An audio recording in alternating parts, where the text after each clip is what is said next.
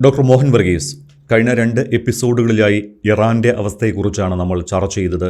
കഴിഞ്ഞ 6 ദിവസത്തെ തുടർച്ചയായ ആക്രമണത്തിൽ ഇറാന് മാരകപ്രഹരം ഏറ്റുകൊണ്ടിരിക്കുകയാണ്. ഇറാൻ വലിയ പ്രതിസന്ധിയിലാണോ എന്ന കാര്യങ്ങളൊക്കെ ചർച്ച ചെയ്തു. പക്ഷേ അതൊരു കരയുദ്ധത്തിലേക്ക് പോകുകയാണ് എങ്കിൽ സ്ഥിതിഗതികൾ മാറാം. ആകാശയുദ്ധം എത്ര നാൾ തുടർന്നു പോകും? അമേരിക്ക ഇങ്ങനെ ആകാശയുദ്ധം തുടർന്നു പോയിക്കൊണ്ടിരുന്നാൽ അമേരിക്കയ്ക്ക് അവർ ഉദ്ദേശിച്ച കാര്യം നടപ്പിലാക്കാൻ കഴിയില്ല എന്നൊക്കെ താങ്കൾ സൂചിപ്പിച്ചതാണ്. ഇറാൻ വലിയ തകർച്ചയിലേക്ക് പോകുന്നു എന്ന കാര്യവും താങ്കൾ സൂചിപ്പിച്ചു. ഇനി നമുക്ക് സൗദിയിലേക്കാണ് പോകേണ്ടത്. ഈ US ഇറാൻ സംഘർഷത്തിൽ സൗദി അറേബ്യ ഇപ്പോൾ രഹസ്യമായി പക്ഷം മാറുന്നുണ്ടോ എന്ന സംശയം ചില അന്താരാഷ്ട്ര വിദഗ്ധർ ഉയർത്തുന്നുണ്ട്. ഇതുമായി ബന്ധപ്പെട്ട് കഴിഞ്ഞ ദിവസം ഞാനൊരു വീഡിയോ ചെയ്തതുമാണ്. അതായത് സൗദി കളം മാറ്റി ചവിട്ടുകയാണോ എന്നാണ് പലരും ചോദിക്കുന്നത്. ഇതിന് കാരണമായി ചൂണ്ടിക്കാട്ടുന്നത്, ഒന്ന്, ഫെബ്രുവരി 28 അമേരിക്കയും ഇസ്രായേലും ചേർന്ന് വധിച്ച ഇറാൻ്റെ പരമോന്നത നേതാവ് ആയത്തുള്ള അലി ഖമനിയുടെ സംസ്കാര ചടങ്ങിലെ സൗദിയുടെ സാന്നിധ്യം. 2, അമേരിക്കയുടെ ഈ പ്രൊജക്റ്റ് ഫ്രീഡം എന്ന പദ്ധതിയിൽ ചേരാൻ സൗദി വിസമ്മതിച്ചത്. മാത്രമല്ല, അമേരിക്കയും ഇറാനും തമ്മിലുള്ള സംഘർഷം മൂർച്ഛിക്കുമ്പോൾ സൗദി അറേബ്യയെ എങ്ങും കാണുന്നില്ല. ഇപ്പോഴത്തെ ഈ 2ാം ഘട്ട യുദ്ധത്തിൽ സൗദി ഒഴികെ മറ്റെല്ലാ ഗൾഫ് രാജ്യങ്ങളിലും ഇറാൻ മിസൈൽ അയച്ചു, അല്ലെങ്കിൽ ആക്രമണം നടത്തി. എന്തിന്? ജോർദാനിൽ പോലും ആക്രമണം നടത്തിയതാണ്. അപ്പോഴൊക്കെ സൗദിയെ മാത്രം ഇറാൻ ഒഴിവാക്കി നിർത്തി. സൗദിയിലേക്ക് മിസൈലുകൾ ഒന്നും പോയിട്ടില്ല. കഴിഞ്ഞ തവണ സൗദിയിലെ അമേരിക്കൻ സൈനിക കേന്ദ്രങ്ങൾക്ക് നേരെ ആക്രമണം നടത്തിയിരുന്നതാണ് എന്നതും നമ്മൾ ഓർക്കണം. മറ്റൊരു കാര്യമുള്ളത്, ഒരേ സമയം ഇറാനുമായി പിണങ്ങാതെ നിൽക്കുകയും യമനിൽ ഇറാൻ്റെ സുഹൃത്തുക്കളായ ഹൂത്തികൾക്കെതിരായി പ്രവർത്തിക്കുകയും ചെയ്യുന്നുമുണ്ട് സൗദി. അപ്പോൾ സൗദിയുടെ ഈ ഡബിൾ ഡിപ്ലോമസി ഗുണം ചെയ്യുമോ? ബാബൽ മന്ദേബ് ഹൂത്തികൾ അടച്ചാൽ സൗദിക്ക് ഒരു തുള്ളി എണ്ണ പോലും വിൽക്കാനാകില്ല എന്ന ഒരു യാഥാർത്ഥ്യം കൂടിയുണ്ടല്ലോ. എന്താണ് ഈ ഒരു ഘട്ടത്തിൽ സൗദി ലക്ഷ്യമിടുന്നത്? 4 ഡയമെൻഷണൽ ചിത്രമാണ് ഇപ്പോൾ വരച്ചു കാട്ടപ്പെട്ടത്. എന്തുകൊണ്ട് സൗദി അറേബ്യ വേണ്ട രീതിയിൽ ഇറാനെ റെസിസ്റ്റ് ചെയ്ത് നിൽക്കുന്നില്ല? ഇതാണ് കാതലായ ചോദ്യം. അതിന് 4 വ്യത്യസ്തമായ സൂചനകൾ ഇവിടെ നൽകപ്പെടുകയും ചെയ്തു. അതായത് ഈ ഇറാൻ സൗദിയെ ഏതാണ്ട് വെറുതെ വിട്ട ഒരു മട്ടാണ് കഴിഞ്ഞ 6 ദിവസമായി തുടരുന്ന യുദ്ധപരമ്പരയിൽ. സൗദി അറേബ്യക്ക് ഒരുപക്ഷെ ഇറാൻ്റെ ഏറ്റവും ഒത്ത എതിരാളി പേർഷ്യൻ ഗൾഫ് മേഖലയിൽ സൗദി അറേബ്യയാണ്. ഏറ്റവും വലിയ ഗൾഫ് രാജ്യം, സമാനം ശക്തമായ ഒരു സമ്പദ് വ്യവസ്ഥ. അതെല്ലാം തന്നെ അമേരിക്ക നൽകുന്ന ആയുധങ്ങളും ഒക്കെ തന്നെ കൊണ്ടാണ് ഡിഫൻസ് നിൽക്കുന്നത്. പക്ഷേ എങ്കിലും എണ്ണ വരുമാനം ഏറെയുള്ള, വിദേശ നിക്ഷേപം ഏറെയുള്ള, ശക്തമായ സാമ്പത്തിക അടിത്തറയുള്ള ഒരു രാജ്യം, സുന്നി അറബ് രാജ്യം, മെക്കയും മദീനയും ഒക്കെ ഉൾപ്പെടുന്ന ഇസ്ലാം മതവിശ്വാസികൾക്ക് ഏറ്റവും പ്രിയങ്കരമായ പുണ്യനഗരങ്ങളുള്ള ഒരു സിവിലൈസേഷണൽ സെൻറ്റർ എന്ന് വേണമെങ്കിൽ പറയാം. അപ്പോൾ ആ ഒരു സൗദി അറേബ്യ എന്തുകൊണ്ട് ഓപ്പറേഷൻ ഫ്രീഡത്തിൽ പങ്കെടുത്തില്ല? അതായത് ഹോർമൂസ് കടലിടുക്ക് ബലം പ്രയോഗിച്ച് തുറക്കാനായി ട്രംപ് കൊണ്ടുവന്നൊരു പദ്ധതിയാണല്ലോ ഓപ്പറേഷൻ ഫ്രീഡം. അതായത് ഈ മിഷൻ ഫ്രീഡം എന്ന് പറഞ്ഞാൽ ഈ ഏതാണ്ട് 1500-ൽ പരം കപ്പലുകൾ ഈ ഹോർമൂസ് കടലിടുക്ക് കടന്ന് പേർഷ്യൻ ഗൾഫിൻ്റെ വിവിധ ഭാഗങ്ങളിൽ നങ്കൂരമിട്ടിരിക്കുകയാണ്. പല രാജ്യങ്ങളുടെ കപ്പലുകളാണ്. അതിൽ പലതും ഈ പറയുന്ന GCC രാജ്യങ്ങളുടെ ജലയാനങ്ങൾ തന്നെയാണ്. ഓയിൽ ടാങ്കേഴ്സ് ഉണ്ട്, ചരക്ക് കപ്പലുകളുണ്ട്, സാധാരണ മറ്റ് ജലയാനങ്ങളുണ്ട്. ഇതെല്ലാം സുഗമമായി പുറത്തെത്തിക്കണം. അങ്ങനെ ഒരു മിഷൻ കൊണ്ടുവരികയാണ്. ഗൾഫ് രാജ്യങ്ങളുടെ സഹായം ഡൊണാൾഡ് ട്രംപ് അഭ്യർത്ഥിച്ചു. ഫെബ്രുവരി 28 തുടങ്ങിയ യുദ്ധത്തിന് ശേഷം മെയ് മാസം അങ്ങനെയൊരു നിർദ്ദേശം ട്രംപ് മുന്നോട്ട് വെച്ചു. പല ഗൾഫ് രാജ്യങ്ങളും അതിനോട് അനുരൂപമായി പ്രതികരിച്ചു. എങ്കിലും സൗദി അറേബ്യ പൂർണ്ണമായി മുഖം തിരിഞ്ഞ് നിൽക്കുന്ന ഒരു കാഴ്ചയാണ് കണ്ടത്. അപ്പോൾ അതൊരു സൂചനയാണ് എങ്കിൽ പൂർണ്ണമായി അമേരിക്കൻ സ്കീം ഓഫ് തിങ്സിനോടൊപ്പം നിൽക്കാൻ തങ്ങൾ തയ്യാറല്ല എന്നതിൻ്റെ ഒരു സൂചനയായി വേണമെങ്കിൽ അതിനെ കരുതാം. അമേരിക്കയുടെ സേന ഗൾഫ് രാജ്യങ്ങളിലുണ്ട്, സൗദിയിലുമുണ്ട്. പക്ഷേ സൗദിയിലെ താവളങ്ങൾ ഇറാനെതിരെയുള്ള ആക്രമണത്തിന് ഉപയോഗിക്കരുത് എന്ന് സൗദി പറഞ്ഞിരുന്നു. UAEയും സമാനമായ കാര്യം പറഞ്ഞിരുന്നു. അതുകൊണ്ട് സൗദി അറേബ്യ ആദ്യം മുതൽ തന്നെ ലേശം മടിച്ചു നിൽക്കുന്ന ഇറാനോട് അങ്ങനെ അങ്ങോട്ട് മുഖാമുഖം ഏറ്റുമുട്ടേണ്ടതില്ല. വളരെ കഷ്ടപ്പെട്ട് ചൈനയുടെ മധ്യസ്ഥതയിൽ ഏതാനും വർഷം മുൻപ് സൗദി അറേബ്യയും ഇറാനും തമ്മിൽ ഒരു കരാറിൽ, ഒരു ആക്രമണമില്ലാ കരാർ മാത്രമല്ല, അതൊരു പരസ്പര സഹകരണ കരാറാണ്. ചരിത്രപരമായി ഉണ്ടായിരുന്ന ഒരുപാട് സംശയങ്ങൾ, ഒരുപാട് മൂപ്പിളമ തർക്കങ്ങൾ, ഷിയ സുന്നി റൈവൽറി എന്ന് വേണ്ട ഒരുപാട് രീതിയിലുള്ള രണ്ട് തരം ഭരണകൂടങ്ങളല്ലേ. സൗദി രാജഭരണമല്ലേ, ഇറാൻ ഒരു പ്രസിഡൻഷ്യൽ രീതിയിലുള്ള ഒരു ഭരണകൂടമല്ലേ, മതഘടനകൾ നയിക്കുന്ന എന്നാൽ പ്രസിഡൻഷ്യൽ ക്രമമുള്ള ഇലക്ഷനുള്ള ഒരു റിപ്പബ്ലിക്കൻ ക്രമമാണ് ഇറാൻ. ഒരുപാട് വൈജാത്യങ്ങൾ സൗദി അറേബ്യ എന്ന മൊണാർക്കിക്കൽ സ്ട്രക്ചറും ഇറാൻ എന്ന റിപ്പബ്ലിക്കൻ സ്ട്രക്ചറും തമ്മിലുണ്ട്. രണ്ടും ഇസ്ലാമിക രാജ്യങ്ങൾ എന്നത് മാത്രമാണ് കോമൺ. പക്ഷേ ഒപ്പക്കിൽ രണ്ട് രാജ്യങ്ങളും ഒരുമിച്ചാണ് എന്നോർക്കണം. ആഗോള എണ്ണ വിപണി ഇവരെ സംയുക്തമായി കൈകാര്യം ചെയ്യാൻ സാധിച്ചാൽ അത് രണ്ടു കൂട്ടർക്കും വളരെ മെച്ചമാണ്. അപ്പം ഇവിടെ സൗദിയെ പിന്നോട്ടടിക്കുന്ന ഇറാനുമായി സമാന്തരമായി, ഇപ്പം അമേരിക്കയോടൊപ്പം ചേർന്ന് നിൽക്കുമ്പോഴും ഇറാനുമായി സന്ധി ചെയ്ത് സമാധാനപരമായി ആത്യന്തികമായി പോകണം എന്നൊരാഗ്രഹം സൗദിയുടെ ഇപ്പോഴത്തെ രാജകുമാരന് മുഹമ്മദ് ബിൻ സൽമാൻ ഉണ്ട് എന്നതാണ് പൊതുവെയുള്ള വിശ്വാസം. കാരണം അദ്ദേഹം ഒരു പരിഷ്കരണവാദിയാണ്. പരമ്പരാഗതമായ ഈ വഹാബി രീതികൾ അതിൽ നിന്നും ലേശം മാറി പരമ്പരാഗതമായി തൻ്റെ മുൻഗാമികളെക്കാൾ കുറച്ചുകൂടി ഈ റിഫോംസ് കൊണ്ടുവരണം. സ്ത്രീകൾക്ക് കൂടുതൽ സ്വാതന്ത്ര്യം ഉണ്ടാകണം, നഗരങ്ങൾ കൂടുതൽ ആധുനികവൽക്കരിക്കപ്പെടണം, ടൂറിസം പൊട്ടൻഷ്യൽ പരമാവധി ഉപയോഗിക്കണം, എണ്ണ മാത്രം കൊണ്ട് നിൽക്കാനാവില്ല, പുതിയ ഉപാധികൾ കണ്ടെത്തണം എന്ന് ചിന്തിച്ചുകൊണ്ട് സൗദിയെ അടുത്ത യുഗത്തിലേക്ക് നയിക്കാൻ തക്ക ഒരു വൈഭവമുള്ള നേതാവാണ് മുഹമ്മദ് ബിൻ സൽമാൻ എന്ന് ഓർക്കണം. അപ്പോൾ അദ്ദേഹം ഒരു പ്രായോഗികവാദി കൂടിയാണ്. ഇപ്പോൾ തുർക്കിയുമായി ഉണ്ടായ പ്രശ്നങ്ങൾ അതെല്ലാം പരിഹരിച്ച് മുന്നോട്ട് പോകാനുള്ള ശ്രമമാണ്. ഖഷോഗി വധമൊക്കെ നമുക്കറിയാം. അതെല്ലാം തന്നെ തീർച്ചയായും ഈ സൗദി അറേബ്യയെ മാറി ചിന്തിക്കാൻ പ്രേരിപ്പിക്കുന്നു. പക്ഷേ സൗദി അനുഭവിക്കുന്ന ഒരു വലിയ വ്യഥയുണ്ട്. അത് മറ്റൊന്നുമല്ല, ഹൂതികളുടെ ഭാഗത്തു നിന്ന് വരുന്ന ആക്രമണമാണ്. സൗദിയുടെ തെക്ക് പ്രദേശത്താണല്ലോ യമൻ, തെക്ക് പടിഞ്ഞാറായിട്ട് കിടക്കുന്ന യമൻ എന്ന രാജ്യത്തിൻ്റെ ഒരു ഭാഗം അത് നിയന്ത്രിക്കുന്നത് ഹൂതികളാണ്. അല്ലെങ്കിൽ ഈ വെസ്റ്റേൺ യമൻ അല്ലെങ്കിൽ നോർത്ത് ആൻഡ് വെസ്റ്റ് യമൻ ഭാഗം, ചെങ്കടലിനോട് ചേർന്ന അഭിമുഖമായ ഭാഗങ്ങൾ ഹൂതികൾ നിയന്ത്രിക്കുന്നു. ഹൂബി പ്രവാചക പരമ്പരയിൽപ്പെട്ട ഒരു വിഭാഗമാണ്, ട്രൈബൽ വിഭാഗമാണ്. അവർ ഷിയാക്കളാണ്, സുന്നികളല്ല.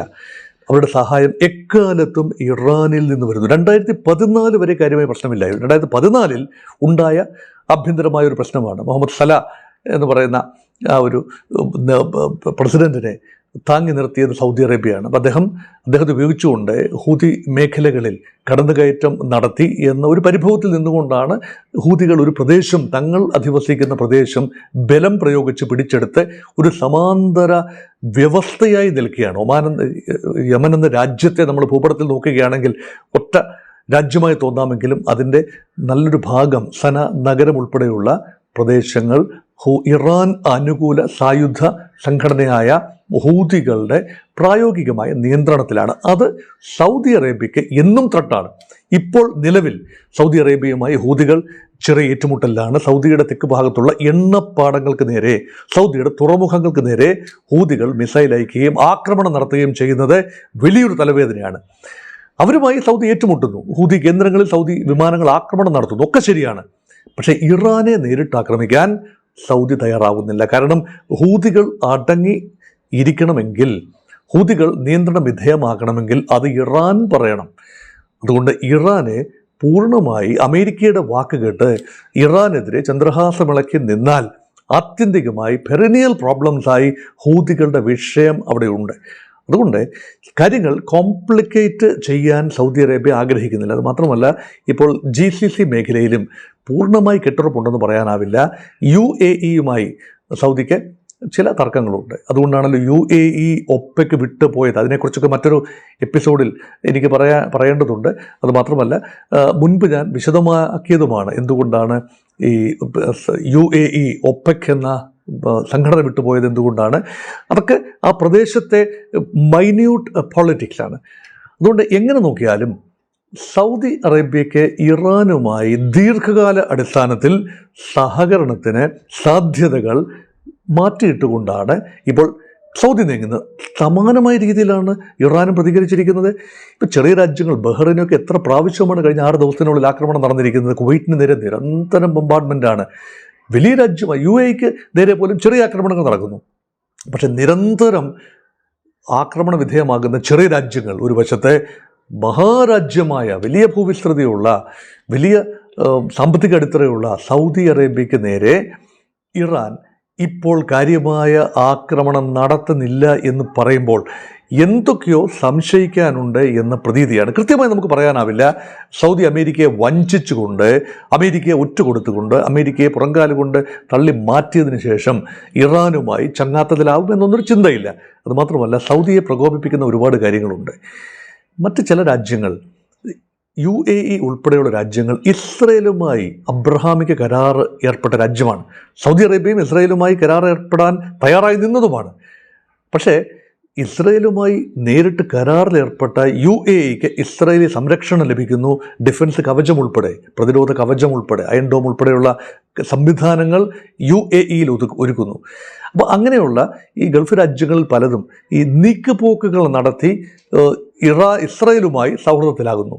പിന്നെ എന്തുകൊണ്ട് തങ്ങൾക്ക് ഇറാനുമായി സൗഹൃദത്തിലായിക്കൂടാ എന്ന് ഗൂഢമായി സൗദി അറേബ്യ ചിന്തിച്ചിട്ടുണ്ടാവാം എന്ന് കരുതുന്നവരുമുണ്ട്. അതുകൊണ്ട് എന്തുകൊണ്ട് the kingdom of Saudi Arabia ഇങ്ങനെ പെരുമാറുന്നു എന്നത് അമേരിക്കയ്ക്ക് ഒട്ടും മനസ്സിലാകുന്ന ഒരു കാര്യമല്ല. അത് മാത്രമല്ല, ഈ അമേരിക്കയുടെ നീരാളിപ്പിടുത്തം ആത്യന്തികമായി അവസാനിപ്പിക്കേണ്ടതല്ലേ എന്ന ഒരു ചിന്ത ഒരുപക്ഷെ സൗദി റോയൽ ഫാമിലിയിലുണ്ട്.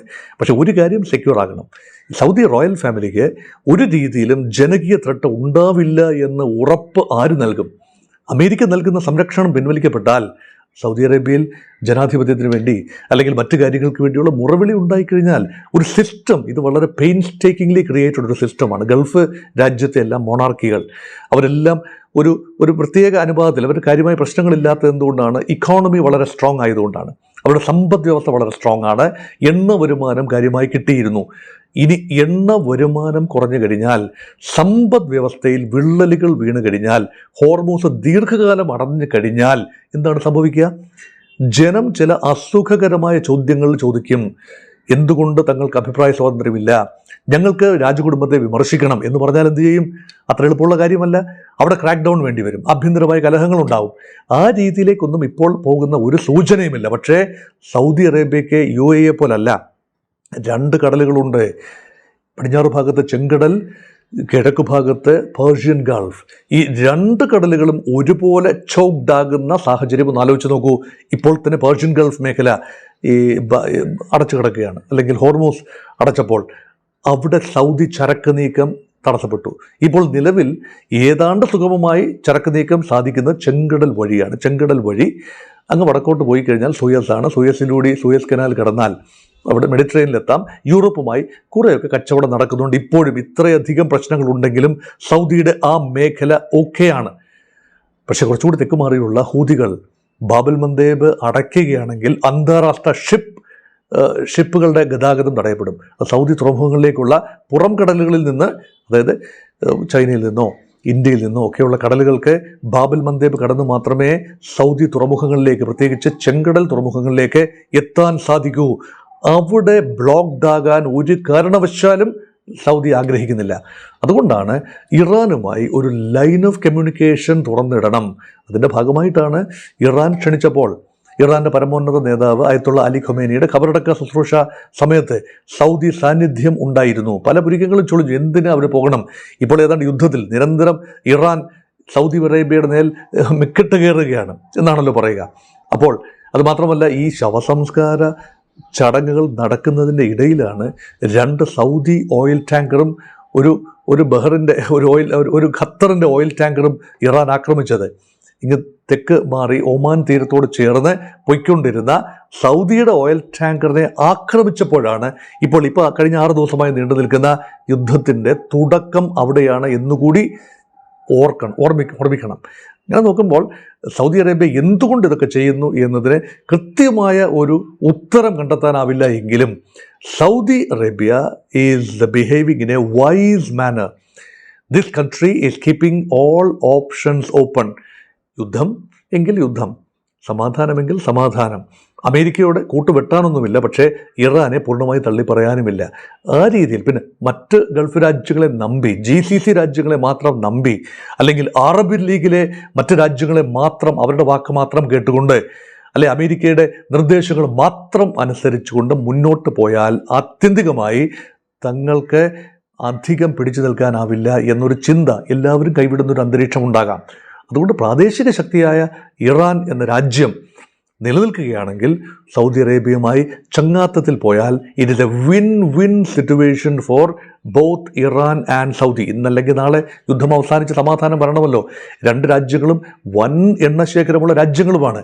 ഇവർ തമ്മിൽ പരസ്പരം മത്സരിക്കുന്നത് ഏത് രീതിയിലാണെങ്കിലും ലോകത്തിന് നല്ലതല്ല, പ്രദേശത്തിന് നല്ലതല്ല. ഇത് രണ്ട് രാജ്യങ്ങളും തിരിച്ചറിയുന്നു എന്നതാണ് ഈ കാര്യം പ്രത്യേകമായി എടുത്ത് ഒരു എപ്പിസോഡ് ചെയ്തതിൻ്റെ പിന്നിൽ ഉള്ള ചേതോവികാരം എന്ന് പറയുന്നത്.